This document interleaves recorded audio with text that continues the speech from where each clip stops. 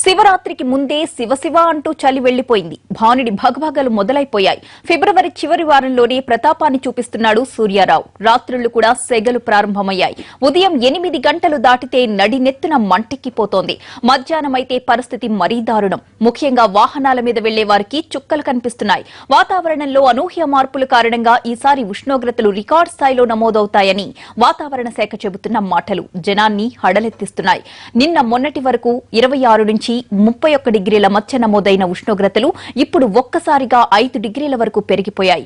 కర్నూలులో 40 డిగ్రీల ఉష్ణోగ్రతలు నమోదు కాగా మే నెలలో వాతావరణం ఎలా ఉండబోతుందో అంటూ జిల్లావాసులు బెంబేలెత్తిపోతున్నారు. అనంతపురంలో 39 డిగ్రీల ఉష్ణోగ్రత నమోదైంది. తెలంగాణలో భారీగా ఉష్ణోగ్రతలు కనిపిస్తున్నాయి. పాలమూరులో 40, ఇతర జిల్లాల్లో 39 డిగ్రీలు నమోదవుతున్నాయి. హైదరాబాద్ లో ఉష్ణోగ్రత 38 డిగ్రీలకు చేరుకుంది.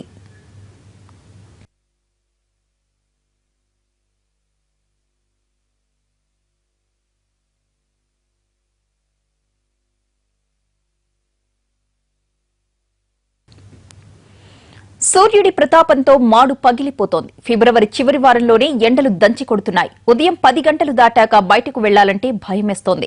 గుంటూరులోని ఎండ తీవ్రతపై మరింత సమాచారం మా ప్రతినిధి కృష్ణ అందిస్తారు. మేలో ఎండలు మెండు అనే నానుడి ఉంది. అయితే ఈ రోజు చూసుకుంటే పరిస్థితి ఫిబ్రవరి చివరి వారంలోనే దాదాపుగా 40 డిగ్రీల ఉష్ణోగ్రతలు నమోదవుతున్న పరిస్థితి.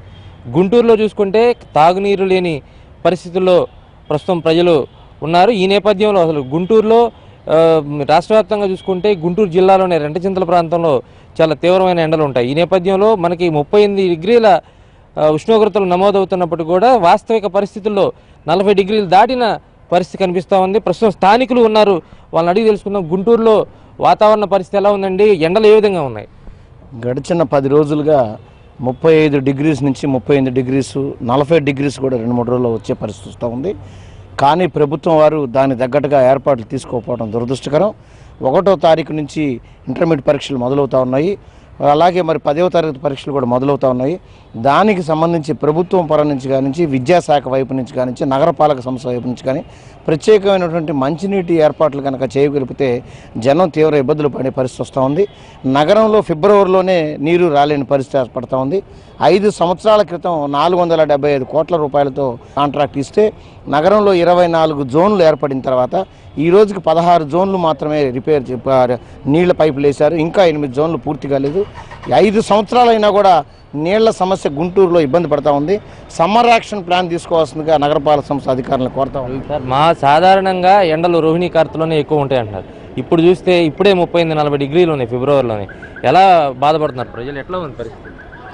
ప్రజల పరిస్థితి అయితే ఎండ తీవ్రత అధికంగా ఉంది. కానీ దీనికి కారణం మనం ప్రత్యేకంగా అని కాదు, కానీ ముందు నుంచే మరి నీటి ఎద్దడి ఉంది. దాని సమస్యలకు సంబంధించినటువంటి ముందుగా స్టోరేజ్ చేసుకోవాల్సినటువంటి అవసరం ప్రభుత్వానికి ఉంది. ముఖ్యంగా ఈ మనుషులు కూడా జనం తెలుసుకోవాల్సిన విషయం ఏంటంటే మొక్కలు సంబంధించి ఏదైతే చెట్లని నరికేటువంటి కార్యక్రమాలు విపరీతంగా చేస్తూ ఉన్నారు.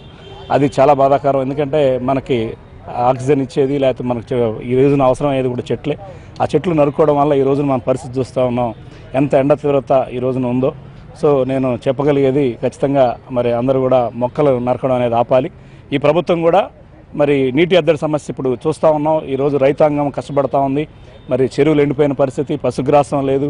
మరి వీటన్నిటికీ తెలిసినప్పుడు మరి నీటిని పైనుంచి తెచ్చుకునేటువంటి పరిస్థితి ప్లాన్ చేసుకుని ప్రభుత్వం మరి ప్రజలకు ఇబ్బంది లేకుండా చూసుకోవాల్సిన బాధ్యత ప్రభుత్వానికి ఉంది. ఓ పక్కన పరీక్షలు ముంచుకొస్తున్న పరిస్థితి, అలాగే తాగునీటి తీవ్ర ఎద్దడి ఉన్న పరిస్థితి కనిపిస్తూ ఉంది.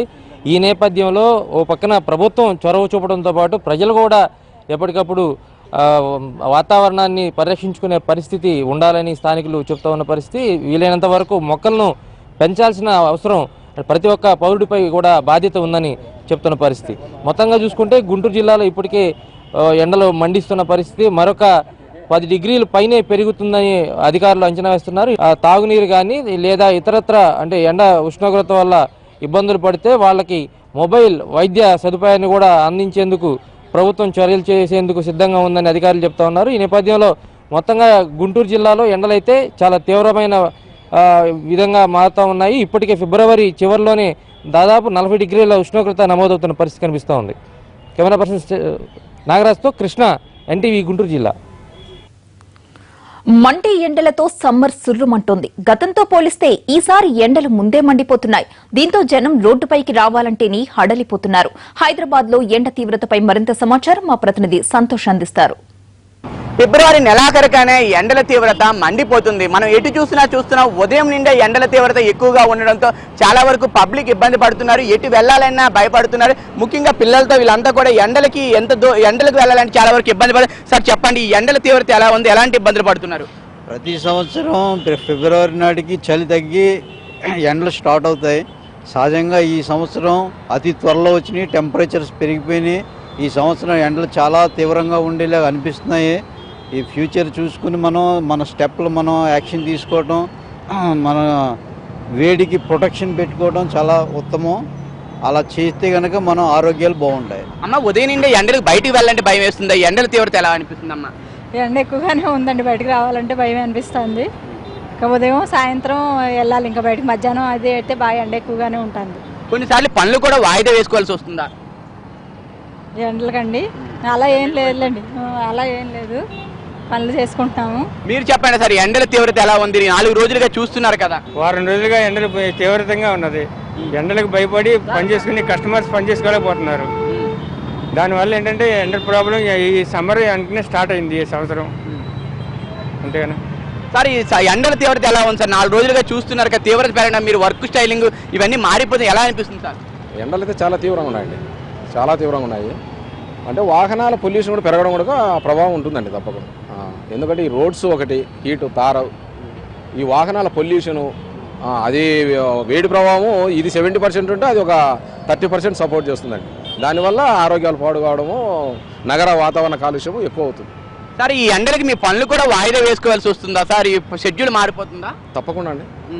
బడుగు బలహీన వర్గాలు ఎండకు పోలేక 11 గంటలకే 12 గంటలకు రిలాక్స్ అయ్యి మళ్ళీ 4 గంటలకు రోజు 100% పనులు కావాల్సింటే 5% పనులు అవుతున్నాయి. అంటే ఫిబ్రవరికి ఇలా ఉండడం వల్ల కొంచెం ఇబ్బంది ఉంది. తప్పకుండా అండి. ఎండలు ముందే అంటే సీజన్ కన్నా ముందే వస్తున్నాయి కదండి, దానివల్ల చాలా సామాన్యమైన ప్రజలు చాలా ఇబ్బంది పడుతున్నారు. ఒక పక్క మనం విజువల్లో చూస్తున్నాం, ఎండకి ఉదయం 10 గంటల నుండి ఆపసోపాలు పడి ఆఫీసులకు చేరుతున్నారు. ఎండల తీవ్రత బాగా ఉండడంతో, అదేవిధంగా ట్రాఫిక్ ఎక్కడికక్కడ చాంతాడంత లిస్టులో ట్రాఫిక్ ఆగిపోవడంతో పబ్లిక్ చాలా వరకు ఇబ్బంది పడుతున్నారు. 35 డిగ్రీల తర్వాత ఉంది. సాధారణ ఉష్ణోగ్రత కన్నా 2 నుండి 5 డిగ్రీలు ఎక్స్ట్రా ఉంది. దీంతో ఉదయం నుండి ఆఫీసులకు వెళ్ళాలన్నా రావాలన్నా చాలా వరకు ఇబ్బంది పడుతున్నారు. వాళ్ళ పనులు కూడా వాయిదా వేసుకోవాల్సిన గత 4 రోజులుగా ఎండల ప్రభావం బాగా ఉంది. దాంతోపాటు వేడి గాలులు కూడా రావడంతో కాస్త వైపు వెళ్ళేటప్పుడు కూడా చాలా వరకు ఉన్న డాక్టర్లు కూడా ఒక పక్క చెప్తున్నారు, మీరు ఉదయం కానీ సాయంత్రం కానీ వెళ్ళండి, ఎండల తీవ్రత ఉండే కానీ ముఖ్యంగా పిల్లలు, వృద్ధులు వీళ్ళు చాలా జాగ్రత్తలు తీసుకోండి అంటున్నారు. చిన్నపిల్లలు, వృద్ధులు వాటర్ కంటెంట్ ఎక్కువగా ఉండే ఫ్రూట్స్ కానీ వాటర్ కానీ ఎక్కువగా తీసుకోండి అని చెప్తున్నారు. అదేవిధంగా నేషనల్ డిజాస్టర్ మేనేజ్మెంట్ కూడా అన్ని రాష్ట్ర ప్రభుత్వాలకి చెప్పింది, ఎండల తీవ్రతతో కాస్త ఎలర్ట్ గా ఉండండి, ఎటువంటి అవాంఛనీయ సంఘటనలు జరగకుండా, పబ్లిక్ ఎటువంటి ఇబ్బందులు జరగకుండా ఉండండి అని చెప్తున్నారు. ఒక పక్క ఎండల తీవ్రతతో ఉదయం నిండా కూడా పనులకి వెళ్తున్నారు, పనికి వెళ్ళక తప్పకపోయినప్పటికీ కూడా పనులకు వెళ్తున్నారు. ఏదైనా కూడా ఈసారి సమ్మర్ ముందే వచ్చేసిందా అన్నట్టు కనబడుతుంది. 4 రోజులు ముందుగానే ఎండలు ఎక్కువ అవుతున్నాయి. ఎండల తీవ్రతతో చాలా వరకు ఇబ్బంది పడుతున్నారు.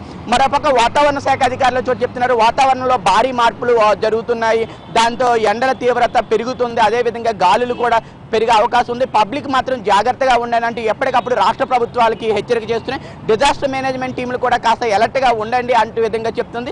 అదేవిధంగా ముఖ్యంగా పిల్లలు, వృద్ధుల విషయంలో చాలా వరకు జాగ్రత్తలు తీసుకోండి అని చెప్తున్నారు. ఎండల తీవ్రత రోజు రోజుకి పెరుగుతున్నది కనుక ప్రతి ఒక్కరు ఎవరికి వాళ్ళు ప్రొటెక్షన్ పాటించండి, బయటికి వెళ్ళేటప్పుడు చాలా వరకు జాగ్రత్తలు తీసుకోండి అని చెప్తున్నారు. ఇది ఇక్కడ పరిస్థితి. కెమెరామెన్ రామస్వామితో సంతోష్, NTV, హైదరాబాద్.